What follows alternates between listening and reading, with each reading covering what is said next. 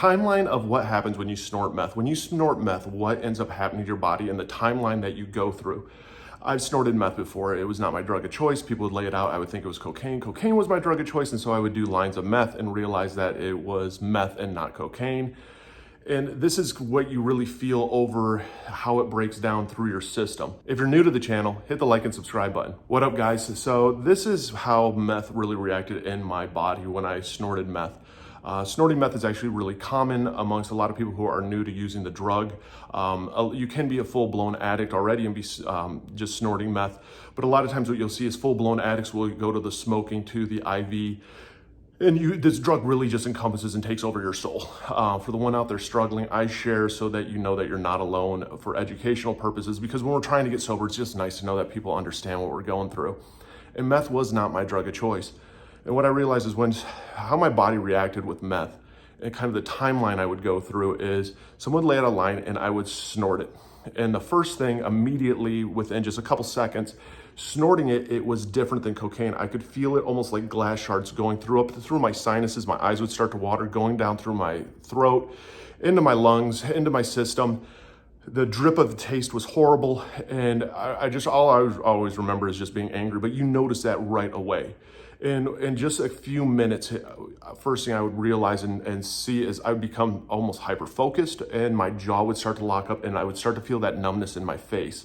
If you notice a lot of times with meth addicts or with addicts that have scratches on them, I actually have a scar right here because when I would get high, I used to just scratch. It's almost like a sensory thing. So all of a sudden I could feel it in my face. I could feel it of the focus start to hit. And I could feel my jaw lock up. A lot of all the feelings that I got were all in my face, not a whole lot of physical. Physical didn't hit me until about 10, 15 minutes later. The physical aspect of it hit me where my body felt almost like numb. I didn't have this overload. I was very sensory oriented, and so I could definitely tell. I could almost like feel my hair growing or my skin moving, and my skin like shedding. But it gave me kind of also a numb feeling on my skin.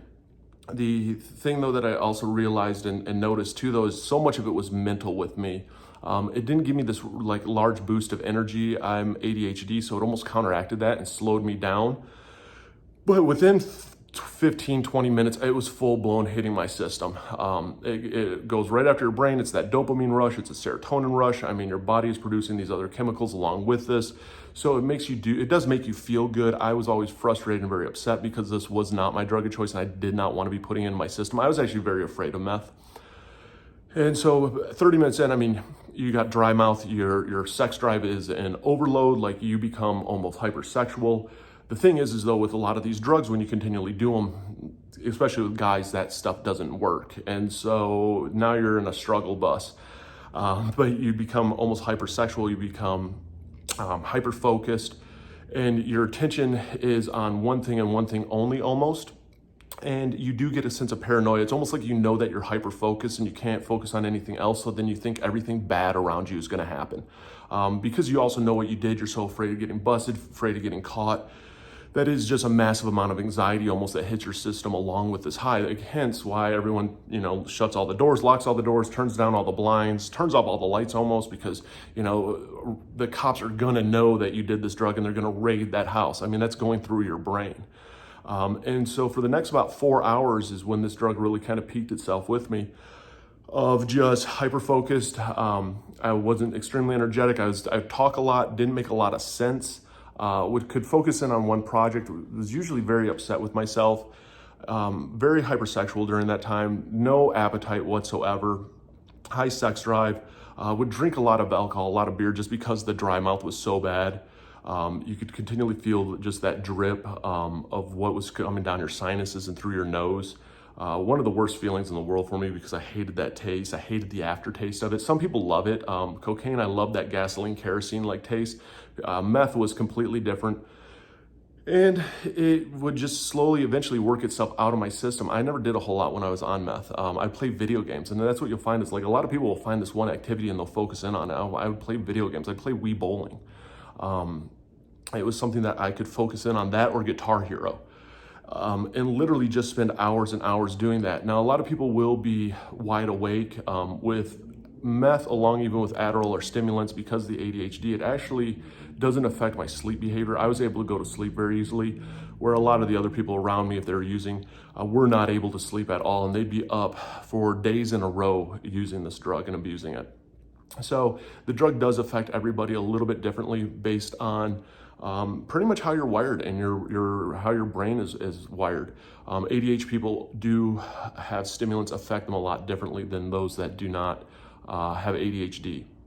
So it was one of those that's what I kind of noticed in my system. It got out of my system about 5 hours, 6 hours. And again, most addicts, you want to continually do lines, continually keep chasing that dragon. With me, this wasn't my drug of choice, so I did not keep chasing the high. I didn't like the high. It was like a dirty high to me, is the easiest way I can explain it. And for anybody out there struggling, my suggestion is, I got links down below to NA and AA. There are great resources out there. But if you're struggling with addiction, you want to get sober, the first thing you got to do is just tell everybody that you're an addict and that you want help. The first thing you got to do is ask for help and start reaching out to everybody that you know, asking for help. Because what you're going through is temporary. It will get better, but it starts with you wanting it.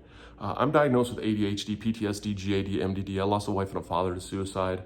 I'm a recovering cocaine and alcoholic addict, and I'm not a therapist, I'm not a counselor, I'm none of that. But I like to share because it just helps you know that you're not alone going through this. And remember that you're not alone, that it does get better, that you are worth it. If you haven't hit the like and subscribe button, hit the like button, hit the subscribe button, comment down below, because the more that we share our stories, the more that the addict out there struggling knows that they're not alone and can eventually get to that point where they go, you know what, I don't want to live this life anymore. I want to live a better life. And then they reach out for help and they start going at it. So for the one doing it, you got this.